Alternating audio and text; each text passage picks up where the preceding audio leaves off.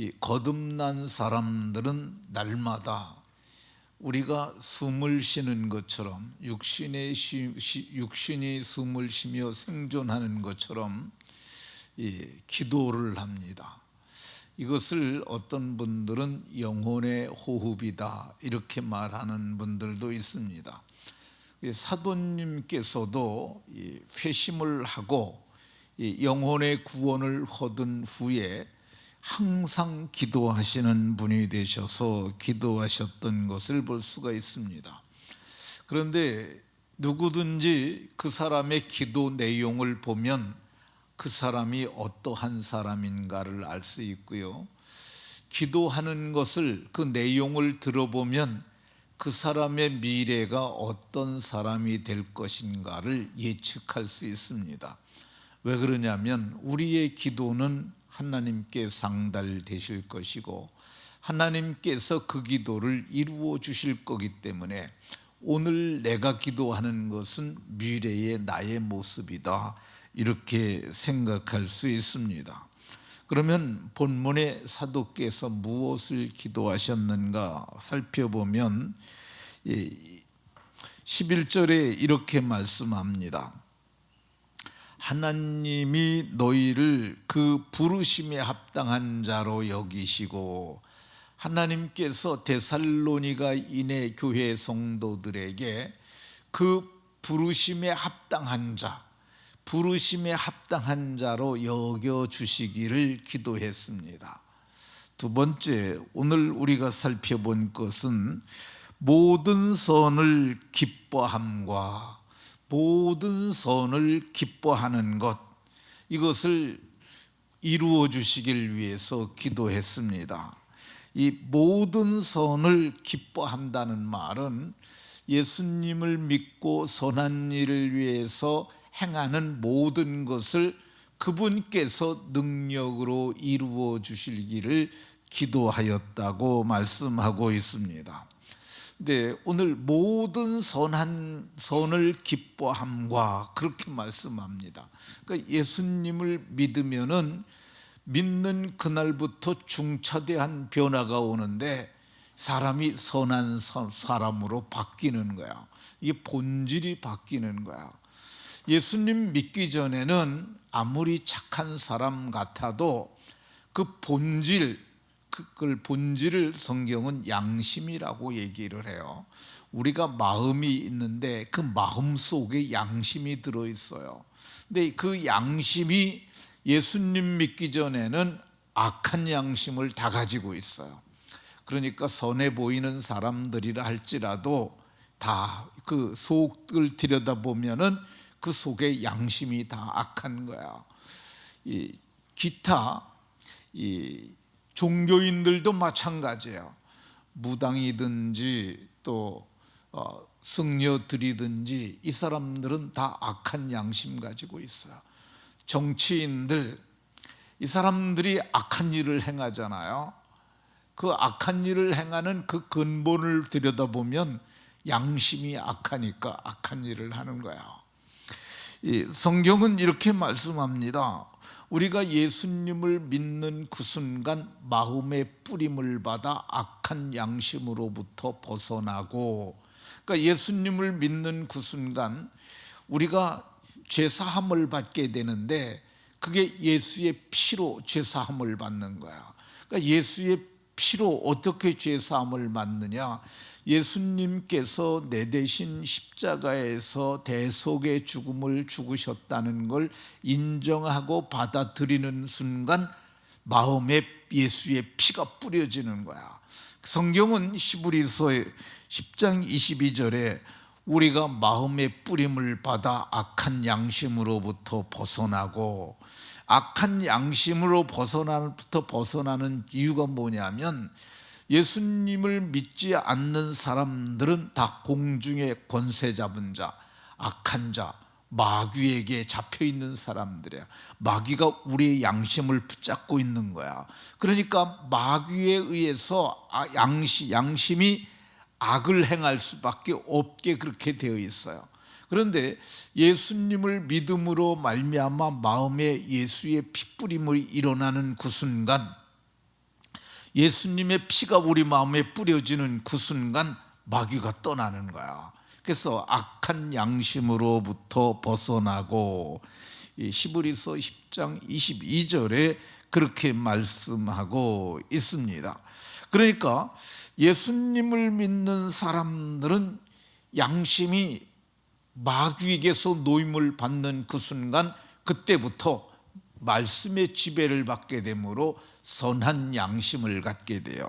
히브리서 13장 18절에 이렇게 말씀하고 있습니다. 우리가 모든 일에 선하게 행하려 함으로 우리에게 선한 양심이 있는 줄을 확신하노라. 우리가 선한 일을 할 수 있는 이유가 뭐냐? 선한 양심이 있으니까 선한 일을 하게 되는 거야. 이게 본질이 바뀐 사람들의 모습이라고 할 것입니다. 선한 양심을 갖게 된 자들은 선한 일을 하려고 합니다. 그러니까 선한 양심을 갖게 된 사람들이 선한 일을 하는 것을 보시고 하나님께서 그 선한 일을 이루어 주시길 기도한다고 말씀하고 있습니다. 그러면 믿는 자들의 마음에 품고 선한 일을 행하는 것이 어떤 일이 있을까? 이 사도행전 10장 38절에 보면은 하나님께서 예수님에게 성령과 능력을 기름 붓듯 하셨음에 그가 두루 다니면서 착한 일을 행하셨으니 이는 마귀에게 눌린 자를 고치시고, 마귀에게 눌려 있는 자들을 고치시고 그들을 회복시켜 주시고 그들을 하나님의 백성 삼으신 것, 예수님이 두루 다니시며 발바닥으로 이 유대와 사마리아 땅을 다니시면서 한 일이 뭐냐?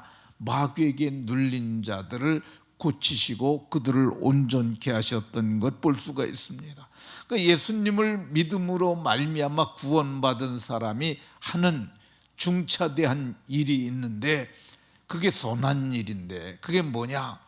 날 구원하신 이 예수님을 전하는 거야. 그러니까 날 구원하신 예수. 내가 예수님 믿기 전에는 세상에 속했었는데 나를 이렇게 구원하셨으니 이 구원의 복음을 전하여야 되지 않겠느냐. 그래서 예수님을 믿는 사람들은 선한 양심을 가지고 있으므로 선한 영향력이 계속 퍼져나가는 거죠. 제가 예수님 믿고 저도 이렇게 복음을 전하는 일을 했습니다. 근데 제가 제 친구들을 데리고 다녔어요.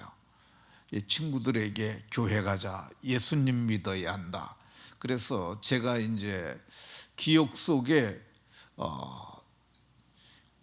광정면에 있는 양주시 광정면에 있는 그 교회인데, 그 교회에 제가 부흥회 할 적에 제 친구들을 오토바이 8대에다가 23명을 데리고 갔던 적이 있어요.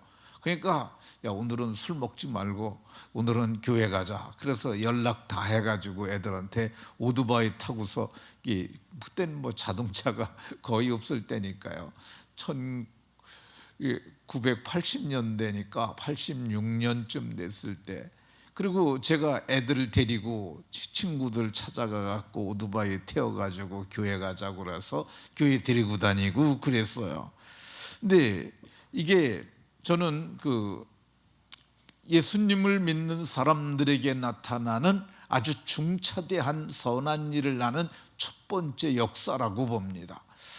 이 사도행전 9장을 보게 되면 바울 사도의 회심이 나옵니다. 바울 사도께서 다메섹에서 회심을 하게 되는데, 하늘이 열리고 보좌 우편에 계신 분을 뵈요.